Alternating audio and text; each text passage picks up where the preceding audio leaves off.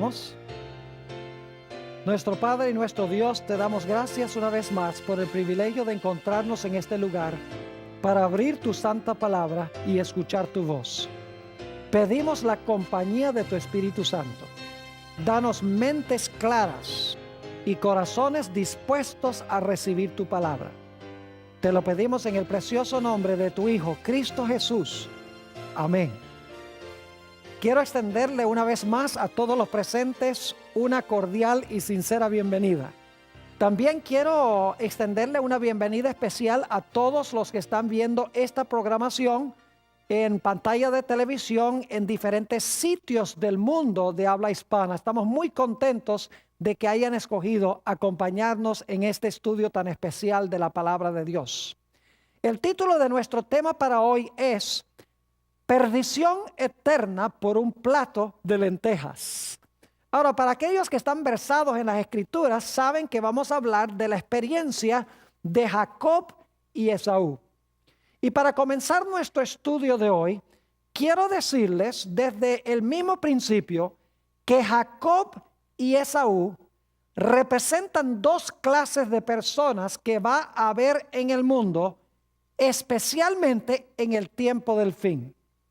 En realidad, Jacob y Esaú representan a los justos y a los impíos. Sus caracteres indican la clase de carácter que tendrán aquellos que vivirán en este mundo al final de la historia y también a través de toda la historia. Lo primero que quiero que notemos, y claro, el libro de Génesis es un libro de la controversia entre las dos simientes. Hemos estudiado esto. Ismael, ustedes recuerdan Ismael e Isaac, la serpiente y la mujer, la simiente de la serpiente, la simiente de la mujer, la serpiente y la simiente de la mujer, los hijos de Dios, las hijas de los hombres, José y sus hermanos. O sea que el libro de Génesis es una ilustración del gran conflicto entre el bien y el mal. Y la historia de Jacob y Esaú no es la excepción. Vamos a comenzar en Génesis 25 y el versículo 22 y 23. Aquí vamos a encontrar que la gran controversia entre estos dos hermanos comenzó en realidad en el vientre de su madre.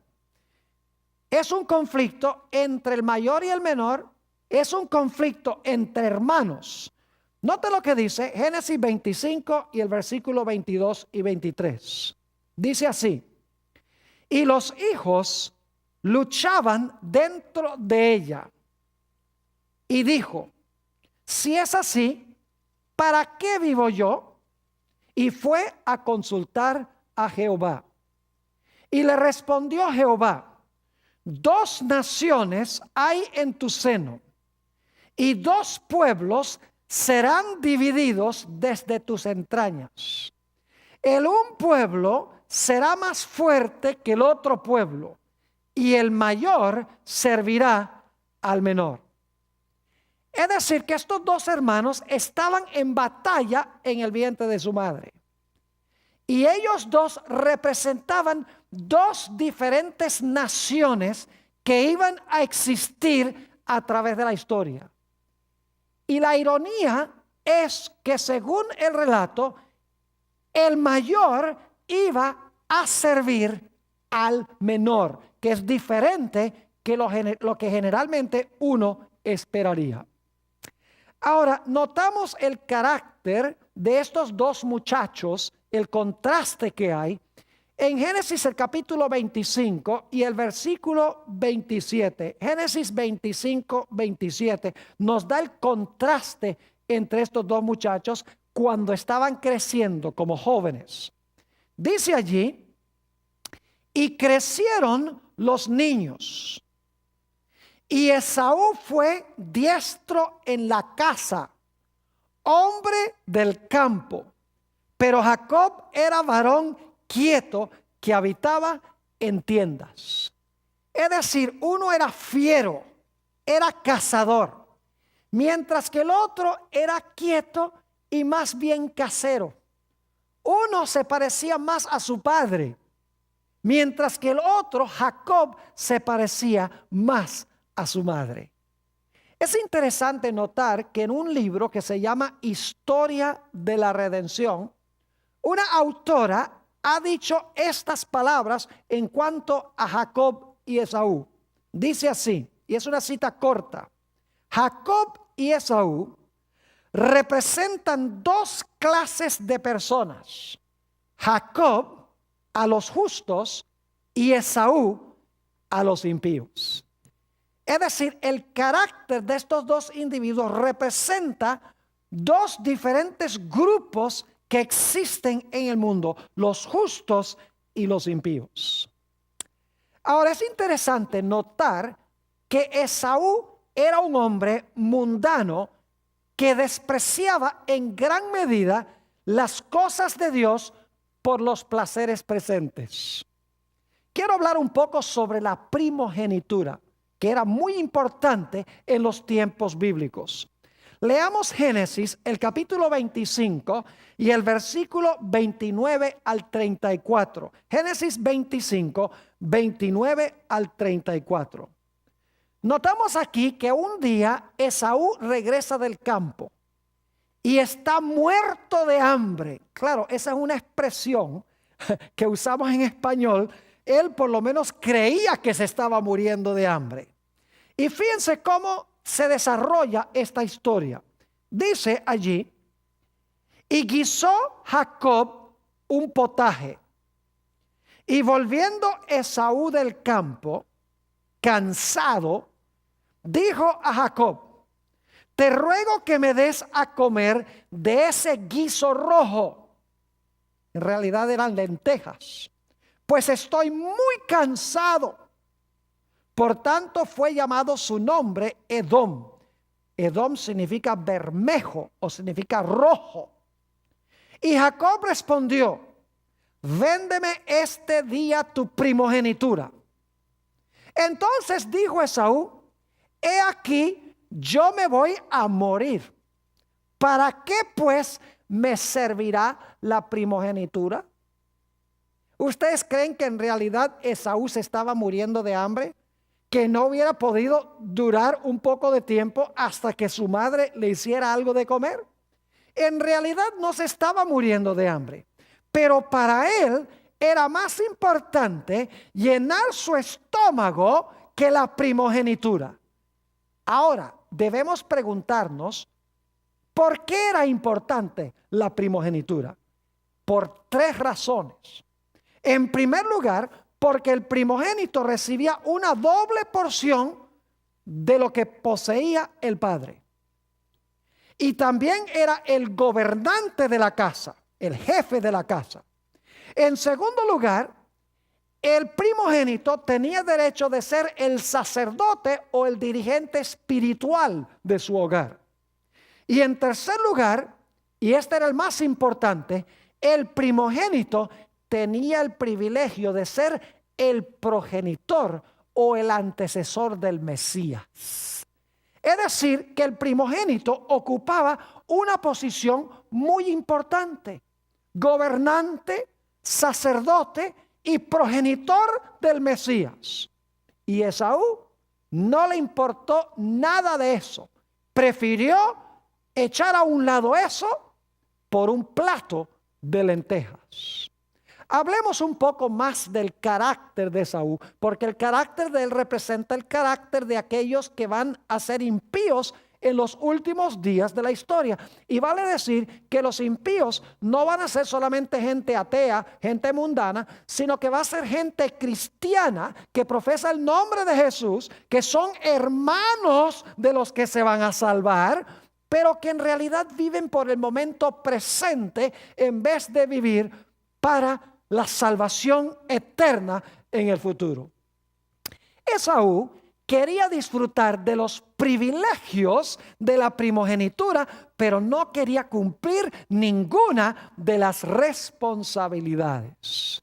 Es decir, quería ser el gobernante de la casa y recibir el doble de la herencia de su padre, pero no le interesaba ser el líder espiritual de su casa, ni tampoco le interesaba ser progenitor del Mesías. ¿Cómo era el carácter de Esaú? Nuevamente, en mi libro favorito sobre la historia de esta época, Patriarcas y Profetas, página 176, encontramos la siguiente descripción del carácter de Esaú. Dice, pero Esaú no amaba la devoción, ni tenía inclinación hacia la vida religiosa. Las exigencias que acompañaban a la primogenitura espiritual eran para él una restricción desagradable y hasta odiosa. Es decir, las responsabilidades de la primogenitura eran odiosas para él. Ahora escuchen, la ley de Dios, condición del pacto divino con Abraham, era considerada por Esaú como un yugo servil. Es decir, la ley era un yugo para él. Inclinado a la complacencia propia, nada deseaba tanto como la libertad para hacer su gusto. Para él, el poder y la riqueza, los festines y el alboroto consistían la felicidad o constituían la felicidad. Se jactaba de la libertad ilimitada de su vida indómita y errante. Es decir, a Esaú no le importaban las cosas espirituales. A Esaú no le importaba que de él podría venir últimamente el Mesías prometido. Él vivía para el momento presente, la riqueza y el placer. Es más, Esaú se caracterizaba por ser desobediente a su padre. Fíjense que el padre le había dicho a Jacob que cuando tomara esposa, la tomara de entre el pueblo de Dios. Pero Esaú, cuando él escuchó que su padre le dijo a Jacob, toma mujer de entre el pueblo de Dios, Esaú dijo, yo no tengo que hacerlo. Y él fue en descarada desobediencia en contra de su padre y tomó mujeres de Canaán. Es decir, era un rebelde contra la voluntad de Dios. Note lo que dice Génesis 28 y el versículo 6 al 9. Dice allí, en Génesis, el capítulo 28, 6 al 9, y vio Esaú cómo Isaac había bendecido a Jacob y le había enviado a Padán Aram para tomar para sí mujer de allí. Y que cuando le bendijo le había mandado diciendo, no tomarás mujer de las hijas de Canaán. Y que Jacob había obedecido a su padre y a su madre. Y se había ido a Padán Aram. Vio asimismo Esaú que las hijas de Canaán parecían mal a Isaac su padre. Y se fue Esaú a Ismael y tomó para él por mujer a Malta, hija de Ismael, hijo de Abraham, hermana de Nabaiot, además de sus otras mujeres. Es decir, Esaú dice, a mí no me importa lo que diga mi papá, yo voy a tomar mujeres cananeas si quiero tomarlas. Eso caracterizaba a Esaú, rebelión contra sus padres y rebelión contra la ley de Jehová y viviendo por el momento presente. Ahora, hay un dato muy interesante en cuanto a Esaú. Y es que con él se identifica constantemente el color rojo. No voy a leer los versículos, pero los voy a mencionar, a donde constantemente el color rojo se relaciona con Esaú. En primer lugar, en Génesis 25, dice que Esaú nació rojo, porque era velludo, es decir, tenía pelo rojo en todo su cuerpo. Es interesante notar también que se le llamó su nombre Edom. Además de llamarse Esaú, se llamó Edom. Y Edom significa ¿qué cosa? Significa bermejo o rojo. Es interesante también que, como leímos, Esaú vendió su primogenitura por un potaje de lentejas. ¿De qué color? Rojas. Interesante. Además de eso, los mejores lagares que había en ese lugar se encontraban en Edom y en Bosra, lagares a donde se hacía el vino rojo. Además de eso, a través de todo el Antiguo Testamento, Edom, que es otro nombre para Esaú, se identifica con el derramamiento de sangre. No tenemos tiempo de leer todos los versículos, pero les voy a mencionar algunos de los rasgos de carácter de los edomitas, descendientes de Esaú. En primer lugar, encontramos que los descendientes eran arrogantes y orgullosos. Pueden encontrar eso en Jeremías 49 y el versículo 6. En segundo lugar, era gente cruel, supremamente cruel. Abdías 3 nos dice eso. Eran además de eso vengativos. Ezequiel el capítulo 26 y el versículo 12 dice que les encantaba la venganza. Además de eso eran idólatras. Según dice Segunda de Crónicas 25 y el versículo 10 y el versículo 14, hablando de un individuo que era supremamente idólatra. Encontramos también que eran supersticiosos. Jeremías el capítulo 27 y el versículo 3 y el versículo 9 estaban llenos de superstición. Además de eso, Ezequiel el capítulo 27 y el versículo 20 dice que eran tramposos en los negocios. No les gustaba la honestidad en los negocios. Además de eso, dice en 1 Samuel 22, 18 que eran traidores de sus hermanos, es decir, entregaban libremente a sus hermanos a sus enemigos. Así era el carácter de Esaú y de los idumeos. Ahora es interesante notar cómo se desarrolla esta trama. Nos dice que llegó el momento en que Isaac iba a bendecir a Esaú para darle la primogenitura, aunque Esaú legítimamente la había vendido, pero parece que eso no se podía hacer ante la vista de Dios. No era legal el negocio que habían hecho. Entonces Isaac le dijo a Esaú: ve y mata el animal y tráeme la comida para que yo te pueda bendecir. Y Jacob y la mamá están escuchando.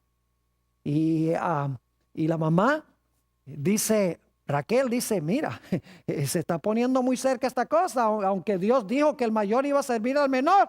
Llegó el momento, tenemos que hacer algo. Y por lo tanto ustedes conocen la historia. Jacob y su madre tramaron un engaño para Isaac, haciendo que Jacob pareciera que fuera Esaú, para entonces quitarle la bendición a su hermano. Isaac bendijo a Jacob. Y poco después llega Esaú y le dice a su padre: Padre, he traído la comida para que pronuncies sobre mí tu bendición. Y le dice Isaac: siento mucho, hijo, pero ya bendije a Jacob. Note lo que dice en Génesis 27 y el versículo 37. Lo que dijo Isaac a su hijo Esaú. Dice: Isaac respondió y dijo a Esaú: he aquí yo le he puesto por señor tuyo y le he dado por siervos a todos sus hermanos. De trigo y de vino le he provisto. ¿Qué pues te haré a ti ahora, hijo mío? Es decir, el menor recibió la primogenitura, tal cual lo había dicho Dios. Ahora, debo decirles que esto no fue una decisión arbitraria de Dios. Algunos piensan que cuando ellos nacieron, Dios dijo: arbitrariamente el mayor va a servir al menor. Dios sabía cuando nacieron qué elecciones ellos iban a hacer. No es que Dios está determinando lo que está pasando, sino que Dios sabe las decisiones que ellos van a tomar, que va a determinar lo que va a suceder. Ahora es interesante notar la reacción de Esaú cuando se dio cuenta que su padre le había dado la bendición a su hermano Jacob. Génesis 27 y el versículo 34. Fíjense que se arrepintió Esaú. Dice allí: cuando Esaú oyó las palabras de su padre, clamó con una muy grande y muy amarga exclamación y le dijo: bendíceme también a mí, Padre mío. Y en Génesis 27 y el versículo 38 encontramos las lágrimas amargas de Esaú. Dice allí en el capítulo 27, 38, y Esaú respondió a su padre: ¿no tienes más que una sola bendición, Padre mío? Bendíceme también a mí, Padre mío. Y alzó Esaú su voz y lloró. Estaba triste Esaú de que no había recibido la bendición. Yo pregunto, ¿creen ustedes que el arrepentimiento de Esaú fue genuino? Claro que no. Era lo que nosotros llamamos lágrimas de cocodrilo. Él quería la bendición de la primogenitura sin las responsabilidades que iban conectadas con la primogenitura. Su arrepentimiento y su tristeza no fue por su pecado de vender la primogenitura, sino fue porque no había podido recibir la soberanía y las bendiciones y las ventajas que venían con la primogenitura. Es decir, él quería la primogenitura y quería al mismo tiempo vivir para el momento presente como un mundano. Y dicho sea de paso, hay muchos cristianos en los últimos días que van a hacer así. El libro de Hebreos, el capítulo 12 y el versículo 14 al 17, relata esta experiencia. Y en Hebreos hace una aplicación a dos diferentes clases de personas que van a vivir en el mundo. Hebreos 12 y empezando en el versículo 14 habla del error fatal que cometió Esaú y de su falso arrepentimiento. Dice allí: mirad bien, no sea que alguno deje de alcanzar la gracia de Dios, que brotando alguna raíz de amargura os estorbe y por ella muchos sean contaminados. No sea que haya algún, ahora escuchen, algún fornicario o profano como Esaú, que por una sola comida vendió su primogenitura.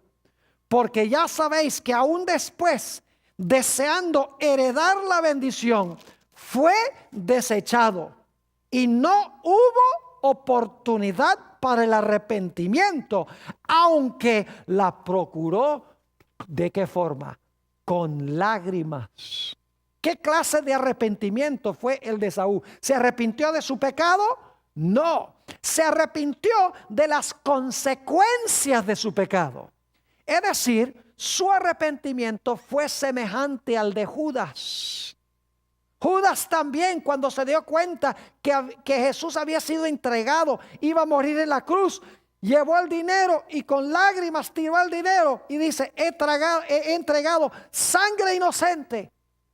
No estaba triste de haber entregado a Jesús. No estaba triste porque había pecado, sino que estaba triste de que el plan no le había salido como él pensaba que el plan debía salir. En el libro Patriarcas y Profetas, la página 180, encontramos esta declaración muy significativa sobre el arrepentimiento, entre comillas, de Esaú. Dice: su dolor no provenía de que estuviese convencido de haber pecado. No deseaba reconciliarse con Dios. Se entristecía por los resultados de su pecado, no por el pecado mismo. Y ahora quiero que noten que como resultado de Jacob recibir la bendición y la primogenitura, porque era, a pesar de que lo hizo de una manera equivocada, vamos a encontrar que el arrepentimiento de Jacob fue un arrepentimiento genuino por el pecado que cometió y no por las consecuencias de su pecado. Encontramos que la Biblia nos dice que Esaú se llenó de odio y de ira contra su propio hermano que había recibido la bendición de Dios. Dice en Génesis 27 y el versículo 41 lo siguiente: y aborreció Esaú a Jacob por la bendición con que su padre le había bendecido. Fíjese que ahora entra odio en su corazón contra el que era fiel a Dios, contra el primogénito. Sigue diciendo, y dijo en su corazón, llegarán los días del luto de mi padre, ¿y yo qué? Y yo mataré a mi hermano Jacob. Yo pregunto, ¿aquí hay odio entre un hermano y otro? Esta es una guerra entre hermanos que comenzó en el vientre de la madre, entre uno que era dócil y que tenía un carácter afable, un carácter puro a pesar del pecado que cometió, y el otro cuyo arrepentimiento era falso, que era mundano, que vivía por el momento presente, profano, fornicario, como dice en Hebreos el capítulo 12. Una guerra entre dos diferentes clases de personas, el mundano queriendo matar al que estaba en armonía con Dios. Como resultado de su pecado, Jacob tuvo que abandonar su hogar feliz y tuvo que irse a otra tierra.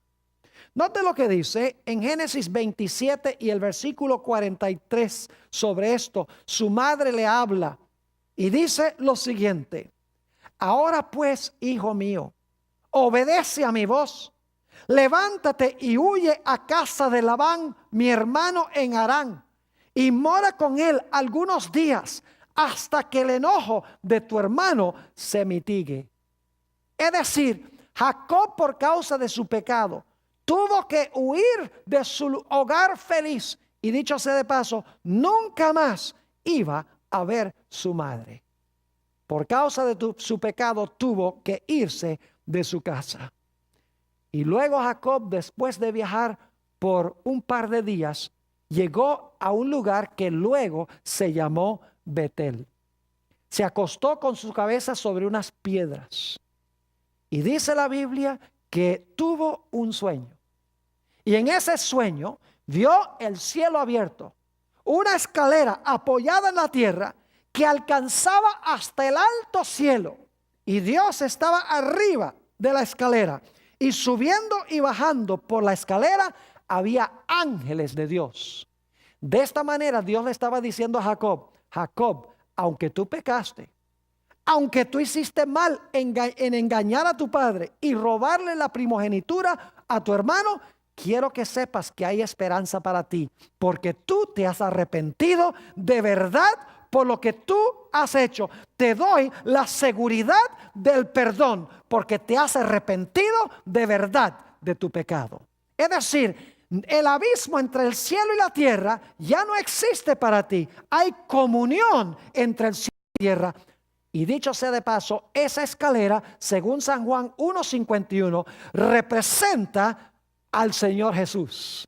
Dice ahí en San Juan 1 y el versículo 51 lo siguiente: Jesús hablando con Natanael, y le dijo: de cierto os digo, de aquí en adelante veréis el cielo abierto y a los ángeles de Dios que suben y descienden sobre el Hijo del Hombre.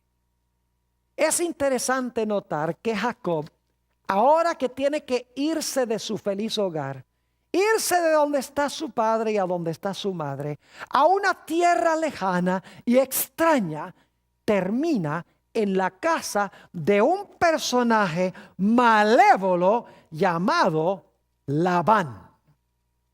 Ahora es interesante estudiar el carácter de Labán.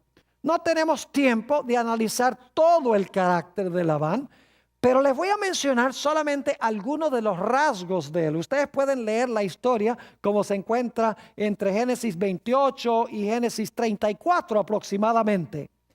Pero si ustedes miran, el carácter de Labán es muy parecido al carácter de Satanás. Porque él es un individuo que es un engañador, es un estafador, es un ladrón. Quiere que Jacob sea su siervo para siempre. Es un mentiroso, es un acusador y es un hipócrita. Quiero que leamos de Génesis 31, 26 al 29, algunos detalles en cuanto a Labán. Esto es cuando Jacob se iba a ir de la casa de Labán y se estaba llevando a las dos hijas de Labán con quienes se había casado. Dice, y dijo Labán a Jacob, ¿qué has hecho? Me engañaste y has traído a mis hijas como prisioneras de guerra. ¿Por qué te escondiste para huir y me engañaste y no me lo hiciste saber para que yo te despidiera con alegría y con cantares, con tamborín y arpa? Mentiroso. Si ustedes miran la historia van a encontrar que él no tenía ninguna intención de hacer eso. Sigue diciendo, pues ni aún me dejaste besar a mis hijos y a mis hijas. Ahora locamente has hecho. Poder hay en mi mano para hacerte mal. Es decir, tenía ganas de hacerle mal a Jacob. Dice, mas el Dios de tu padre me habló anoche diciendo, guárdate que no hables a Jacob descomedidamente. El carácter egoísta, mentiroso, lisonjero y deshonesto de Labán se encuentra también en Génesis el capítulo 31 y el versículo 41 y 42. Dice allí, hablando Jacob a Labán, así he estado 20 años en tu casa, 14 años te serví por tus dos hijas y 6 años por tu ganado, y has cambiado mi salario 10 veces, claro, como le convenía. Y sigue diciendo, si el Dios de mi padre, no dice el Dios de él, el de Labán, sino el Dios de mi padre, Dios de Abraham y temor de Isaac, no estuviera conmigo, de cierto me enviarías ahora con las manos vacías. Pero Dios vio mi aflicción y el trabajo de mis manos y te reprendió anoche. Es decir, el carácter de Labán, cuando se analiza con cuidado, es idéntico al carácter de Satanás. Es decir, Jacob tuvo que abandonar su feliz hogar y se fue a tierra lejana y terminó en la casa de Labán, el engañador, el estafador, el hipócrita. Después de servir Jacob, de haberse ido de su casa por 20 años, llegó el momento en que Dios le dijo, es tiempo de que regreses a tu hogar perdido. Y por lo tanto, Jacob reúne a su familia y emprende viaje de regreso a su hogar perdido, de regreso a Canaán.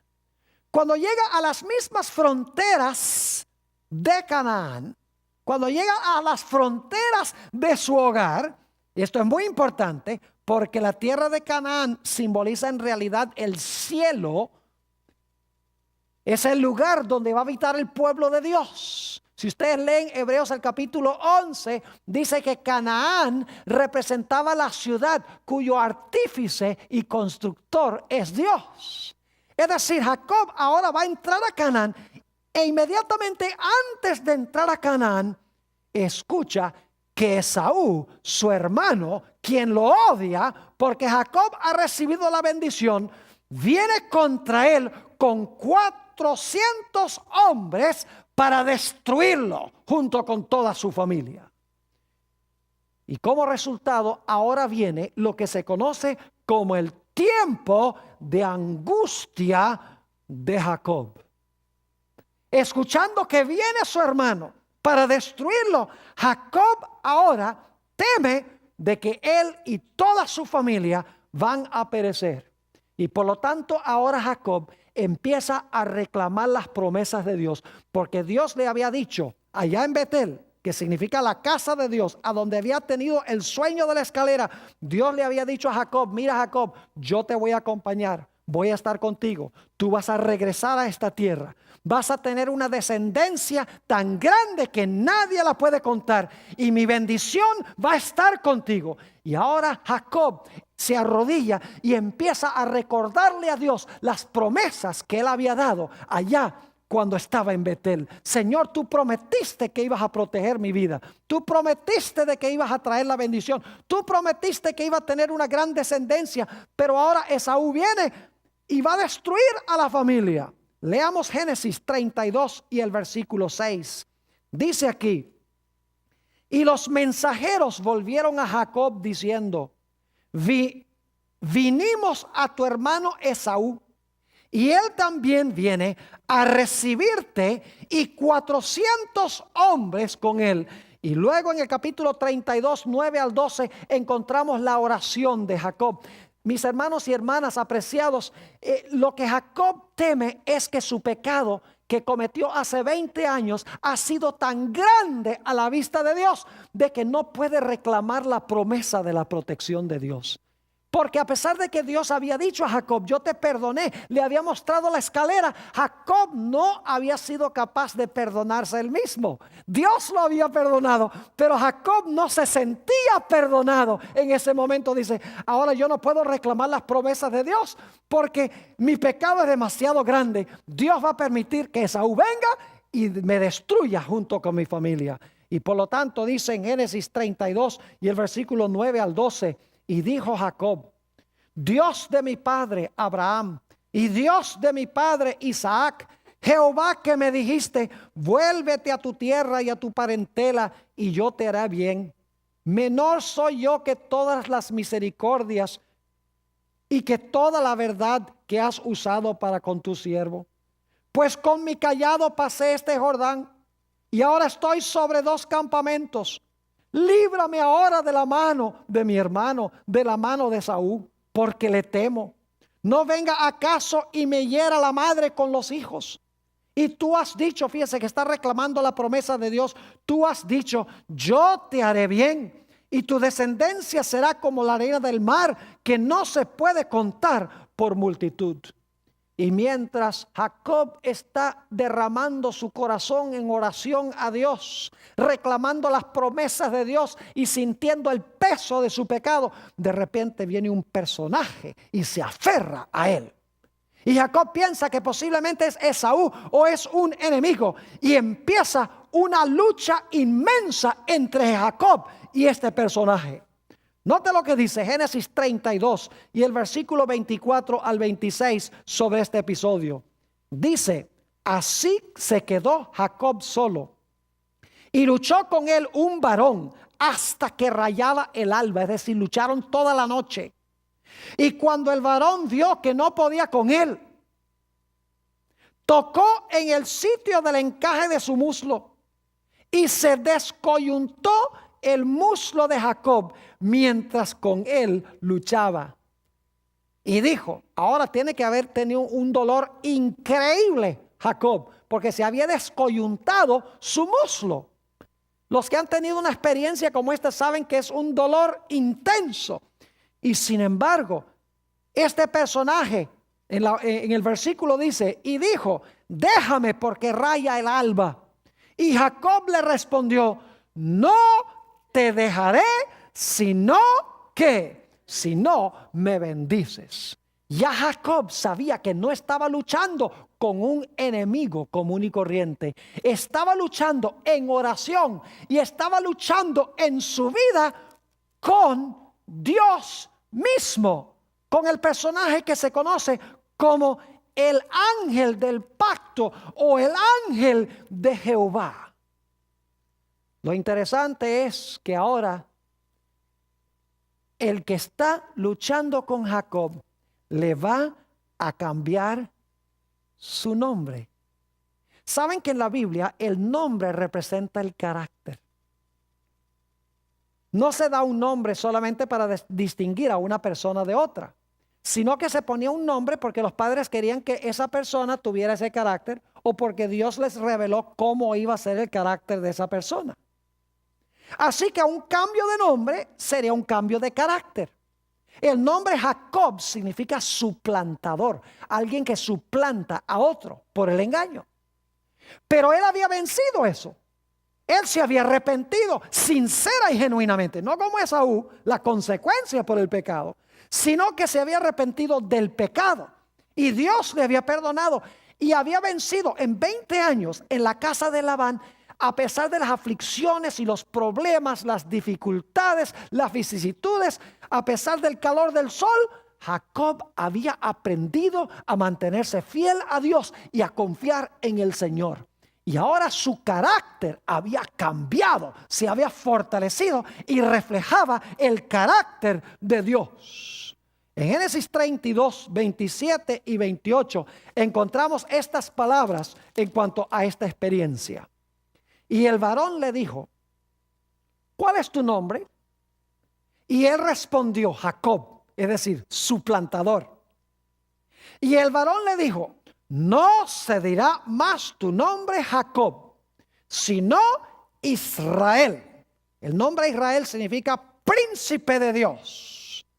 Y luego explica por qué. Porque has luchado con Dios y con los hombres y has vencido. Es decir, su lucha era ¿con quién? Con Dios. Jacob dijo, no te soltaré hasta que tú me bendigas. Y ustedes dicen, pero ahí dice que él estaba luchando con un varón. No dice que estaba luchando con el ángel de Jehová, ni que estaba luchando con Dios. ¿Saben qué nombre le puso Jacob a ese lugar? Le puso por nombre Peniel. La palabra Peniel significa casa de Dios, a donde él luchó. Noten lo que dice Génesis 32 y el versículo 29 y 30. Génesis 32 y el versículo 29 y 30. Dice allí, entonces Jacob le preguntó, declárame ahora tu nombre. Y el varón respondió, ¿por qué me preguntas por mi nombre? Ahora Jacob quiere saber el nombre del personaje. Y lo bendijo allí. Y llamó Jacob el nombre de aquel lugar Peniel, porque dijo, vi a Dios cara a cara y fue librada mi alma. Ahora Jacob era victorioso sobre el pecado y sobre el mal y sobre la tentación. Nos hace recordar de Apocalipsis donde dice, el que venciere en cada iglesia. En otras palabras, el que venza la carne, el pecado, el mundo, el diablo, ese individuo tendrá también, vamos a ver, un cambio de nombre porque habrá tenido un cambio de carácter. Ahora, ¿con quién estaba luchando Jacob? El libro de Oseas, el capítulo 12 y el versículo 3 y 4 nos amplía algo en cuanto a este personaje. Oseas 12, 3 y 4. Dice allí, hablando de la experiencia de Jacob, en el seno materno, Jacob tomó por el calcañar a su hermano y con su poder venció ¿a quién? Al ángel. Venció al ángel y ¿qué? Y prevaleció. Lloró y le rogó. En Betel le halló y allí habló ¿con quién? Con nosotros. ¿Saben con quién estaba luchando Jacob? Con el ángel de Jehová, que en el Antiguo Testamento se identifica con Cristo. Se identifica con Jehová, con Dios mismo. Es decir, Jacob había estado luchando con el Señor Jesucristo y su alma fue librada. Y lo interesante es que ustedes continúan leyendo esta historia y van a descubrir que ya Esaú, cuando llegó a donde estaba Jacob, llegó en paz y no lo destruyó. Dios volcó las tablas y en vez de Esaú destruir a Jacob, Dios cumplió sus promesas con Jacob y la vida de Jacob y de toda su familia fue librada. Ahora, ¿por qué nos ha dado Dios esta historia? Porque esta historia es una ilustración de la historia del pueblo de Dios, especialmente en los últimos días. Permítame hacer el paralelo. Al final de la historia va a haber solamente dos grupos en este mundo. Y estos dos grupos van a tener los mismos caracteres que Jacob y Esaú. Ahora ustedes notan que tanto Jacob como Esaú eran pecadores. Pero Jacob era un pecador arrepentido, mientras que Esaú era un pecador empedernido. Es decir, al final de la historia va a haber dos diferentes clases de personas, dos diferentes clases de arrepentimiento. Y como había guerra entre Jacob y Esaú, va a haber guerra entre hermano y hermano también en los últimos días. Pero Dios ha hecho promesas a su pueblo. Dios ha prometido a su pueblo que si son fieles, si se arrepienten de verdad del pecado, Dios los va a poner como reyes y sacerdotes. Esos eran los dos derechos que tenían los primogénitos en Israel. Y no solo eso, sino que tendrán el privilegio de habitar en la presencia del Mesías. Otro gran privilegio que tenía el primogénito. Los impíos al final de la historia van a tener el mismo carácter que tuvo Esaú. Van a profesar religión, van a querer los beneficios de la primogenitura celestial, pero van a ser mundanos en su conducta y en su vida. Van a vivir para el momento presente. Van a considerar que la ley de Dios nos quita la libertad, que es un yugo de servidumbre. Van a querer reclamar las promesas de bendición de Dios sin cumplir las condiciones para poder reclamar esas promesas. Dos diferentes clases de cristianos al final de la historia. Al igual que con Jacob, por causa de nuestro pecado, hemos tenido que abandonar nuestro hogar. El hogar inicial que tenía el hombre, el huerto del Edén. Y tuvimos que ir a una tierra lejana, una tierra donde impera el pecado y a donde gobierna el Labán espiritual, que ya no es Labán en persona, sino es ¿quién? Es Satanás, un engañador, un individuo que quiere conservarnos como siervos para siempre. Un individuo hipócrita, un individuo lisonjero y mentiroso que hace nuestra vida tanto más difícil. Pero en la casa de Labán aprendemos grandes lecciones. Aprendemos a ser persistentes, aprendemos a ser fieles a Dios, aprendemos a servir a Dios de una forma sabia y consistente. ¿Saben ustedes que muy cerca del final de la historia, Dios nos va a llamar a regresar otra vez a nuestro hogar perdido? Nos va a llamar nuevamente a regresar a Canaán, a donde era la habitación del pueblo de Dios originalmente, antes de que nosotros pecásemos. Pero la Biblia nos dice que antes de que nosotros entremos a la patria celestial, vamos a pasar por un terrible tiempo de angustia, cual no se ha visto desde que existe en el mundo nación. Note lo que dice Daniel, el capítulo 12 y el versículo 1. Daniel, el capítulo 12 y el versículo 1 nos habla de esta gran prueba final del pueblo de Dios, de este tiempo de angustia tan terrible. Dice, en aquel tiempo se levantará Miguel, el gran príncipe que está de parte de los hijos de tu pueblo. Y será tiempo de angustia, cual nunca fue desde que hubo gente hasta entonces. Pero en aquel tiempo será libertado tu pueblo, todos los que se hallaren escritos en el libro. Ahora, si ustedes leen los versículos anteriores a estos, van a encontrar que habla del rey del norte. El rey del norte representa Babilonia del libro de Apocalipsis. Representa la ramera, la iglesia apóstata de los últimos días, que está llena de la sangre y de los mártires de Jesús. Que se va a levantar, dice, con gran ira para salir y destruir a muchos.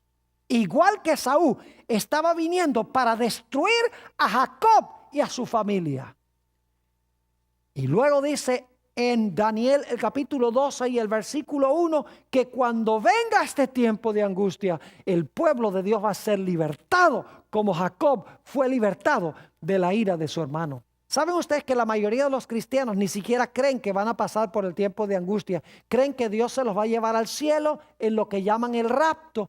Y entonces los judíos son los que van a pasar por el tiempo terrible de angustia en esta tierra. Mis queridos hermanos y amigos, no se dejen engañar por esto. El pueblo de Dios va a pasar por el tiempo de angustia de Jacob en esta tierra. El diablo no quiere que los cristianos piensen que van a pasar por ese tiempo, porque si en realidad van a pasar por ese tiempo, se requiere una preparación necesaria. ¿Verdad que sí? Como Jacob, sus vicisitudes, sus problemas viviendo en la casa de Labán fortalecieron su carácter y lo hicieron más fiel a Dios y lo prepararon para ese momento del tiempo de angustia.